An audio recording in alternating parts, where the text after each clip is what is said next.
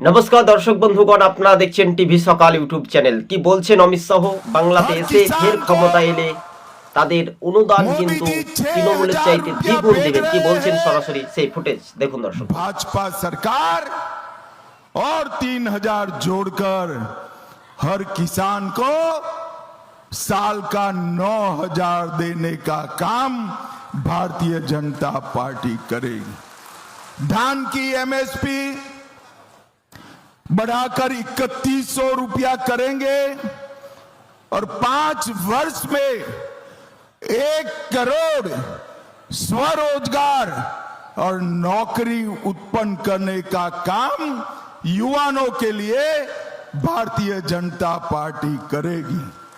आलू के किसान को आलू का उचित दाम मिले, इसलिए हम यहां से आलू को সেই ফুটেজটা দেখতে পেলেন। 26-এ ফুটবে পদ্ম ফুল, বাংলা ছাড়ো তৃণমূল।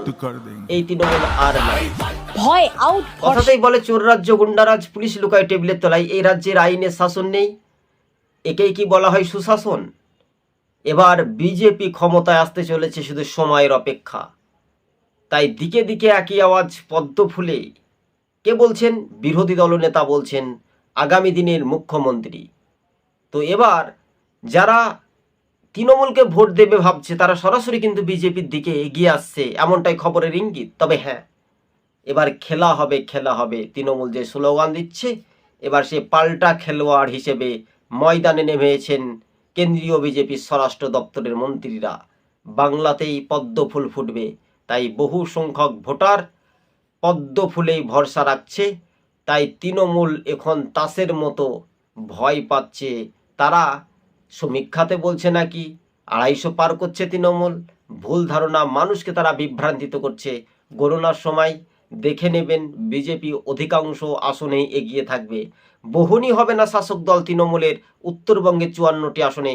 আপনারা এই কথাটা মিলিয়ে নেবেন। তাই টিভি সকাল ইউটিউব চ্যানেলটি ভিডিওটি ভালো লাগলে শেয়ার করে পাশে থাকবেন। আজকে ছিল আমাদের এই পর্যন্ত প্রতিবেদন।